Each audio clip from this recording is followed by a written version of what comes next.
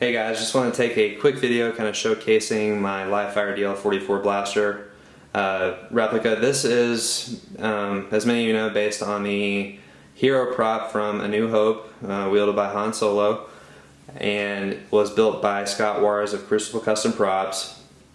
Kind of a little backstory on how it all unfolded. Scott has been building these for quite some time. He actually built one for Jerry Michalik on a show called Shootout Lane on the I think it was the Travel Channel some years ago.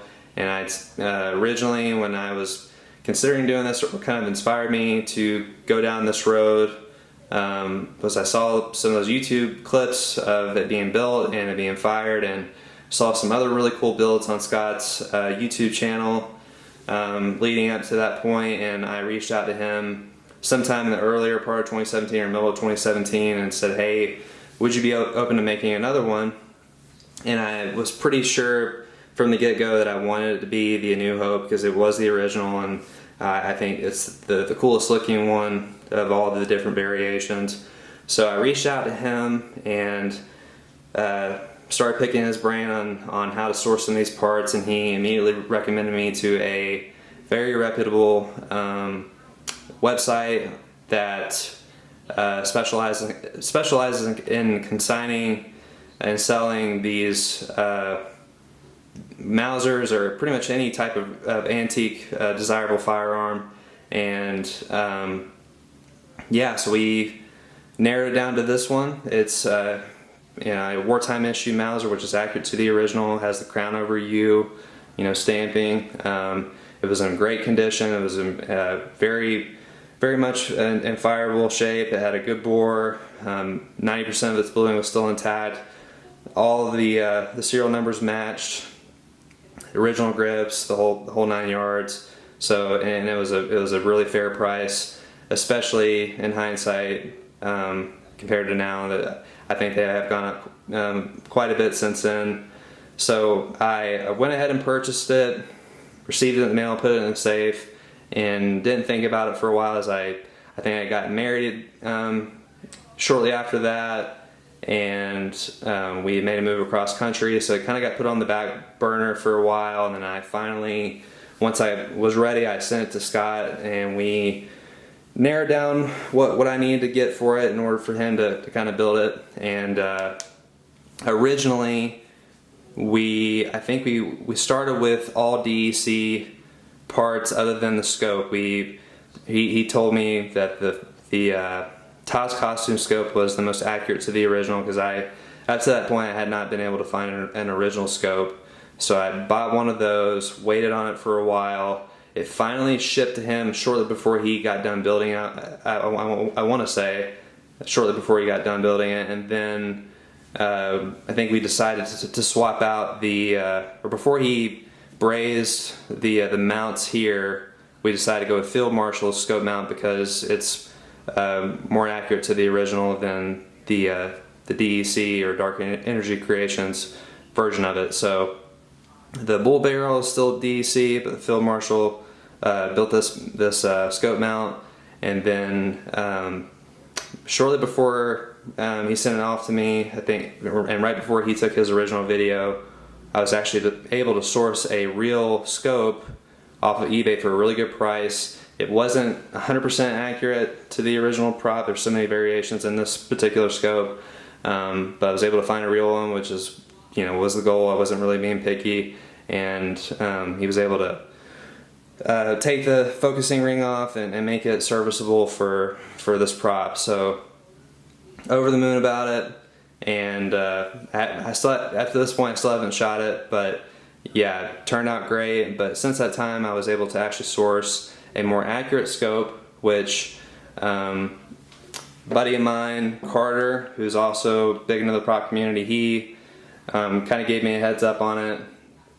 I think this was probably just a couple of months after I got it back from Scott, but I think Scott was actually watching it too. But it was a scope that, interestingly enough, was in a pawn shop in Winston-Salem, North Carolina, which I'm from North Carolina originally, and just moved cross country a couple years ago. But after I already moved here, Carter gave me a heads up that, hey, there's this this Hensoldt scope on this random, I think it was a Savage.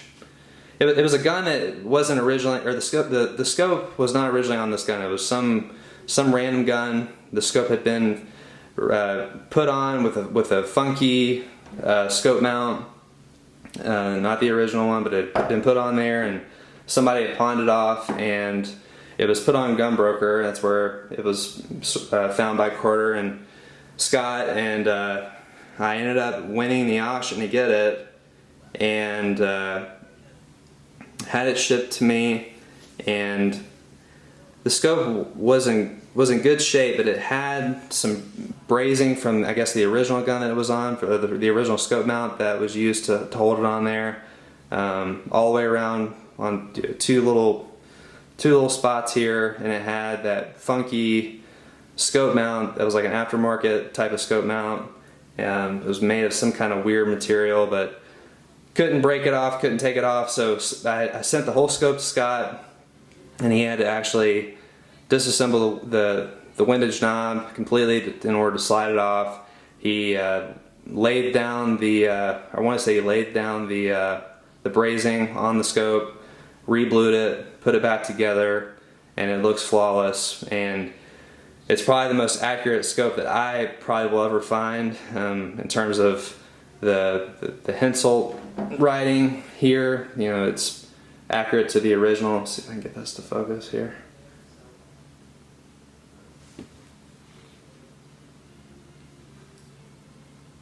You kind of see it there, but that's accurate to the original prop. And some of the reference photos that Scott has so kindly shown me, looks like there's very similar writing on the original scope that you see on this one.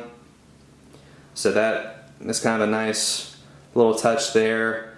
And I'm pretty sure the knurling is pretty close or accurate to the original. So just a really cool find all the way around, and it's kind of fun to find one of those in the wild, especially here in the States. Doesn't really happen that often. I mean, obviously we found it on the internet, but it was, you know, based out of North Carolina, which is where I'm from. So it's kind of neat how that unfolded. But yeah, I got that shortly after I got the gun back. Sold the less accurate one to another enthusiast, and yeah, so Scott completed this gun using his stencils. He painted the lower, which is accurate to the original, which, you know, some people might think that's kind of sacrilegious to do that because the finishing on it was so nice, but for the sake of prop accuracy, we went ahead and did that. Put this little clever greebly up here. It's held on by a magnet. Just take that off when it's fired. I have not fired it yet. Another part that we upgraded was the flash hider. Now, a few months ago, I was able to source a flash hider off of eBay, and it ended up being from another prop enthusiast, which I should have known, a guy named Vincent. He's on the RPF and on the Props of Star Wars Facebook page, and he sent it to me. It was in really rough shape. I had a lot of rust, a lot of corrosion, and I sat on it for probably a month or two. I finally sent it to Dustin, who runs the Prop Chop Shop blog, or prop blog, and he has a YouTube channel where he's done a lot of restorations to Hell's grenades and other Star Wars parts, and he did a really good job on it. Got most of that stuff off, and there's still, you know, quite a bit of pitting on there, but overall it's still, you know, in very good shape. It's super strong, it's not brittle, and as far as I know, it's accurate to the original in terms of the scalloping and just the dimensions. It looks like the original prop did, so I was very fortunate to find that. The original one that we had on there was an aluminum one made by DEC as well.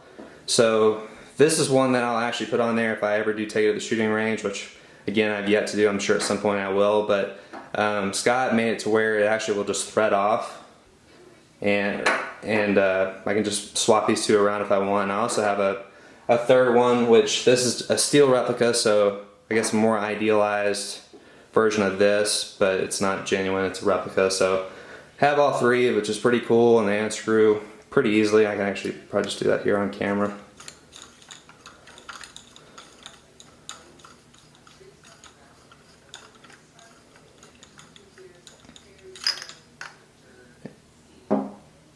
But anyway, yeah, so that's what it looks like without it on there.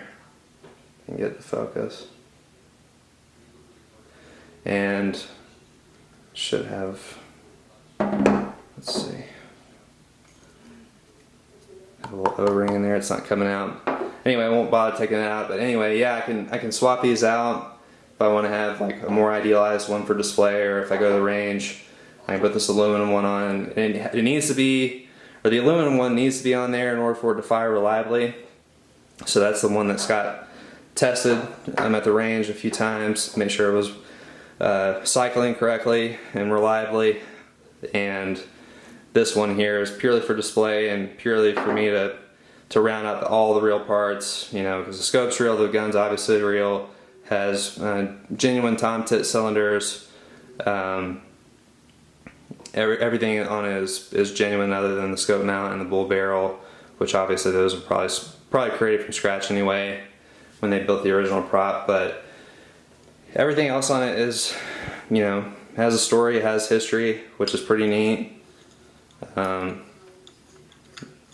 would say it's probably just as hard to source all these parts, if not harder to source all of them, than the Obi-Wan saber, which I also have. But I would say this one, in my opinion, this prop in particular is, I don't know, it might be cooler than the Obi-Wan. They both have their own appeal and their own story and history, and just really neat how these things were built back in the day. And I feel very, very fortunate. I've had a lot of people help me along the way to source this stuff. It definitely couldn't have been done on my own. And props again to Scott for, you know, building these things and putting this time and effort and research and sharing it with the community, because a lot of people wouldn't be so gracious to do that. You know, he made these stencils from scratch. He has, you know, shared a lot of reference and stuff from the original props that wasn't known before, and just been very generous with that. So I always appreciate him anytime he takes on one of my builds and makes it as accurate as he can. I think he's the best in the business, and just figured it was worth me kind of just showcasing this on video versus the photos, because the photos can only show so much. But very, very happy with how it turned out. It's going to be a prop that I'll have for a long, long time, probably forever. I don't ever see me getting rid of this thing. And if people are freaking out, this thing, I did check to make sure that it was empty before I started shooting this video. I meant to do it on video, but anyway, that's that. Appreciate you listening to me ramble for a bit, and hope you enjoyed looking at this prop. Thank you again, Scott, and thanks to everybody else who helped me get these parts. And yeah, thanks guys.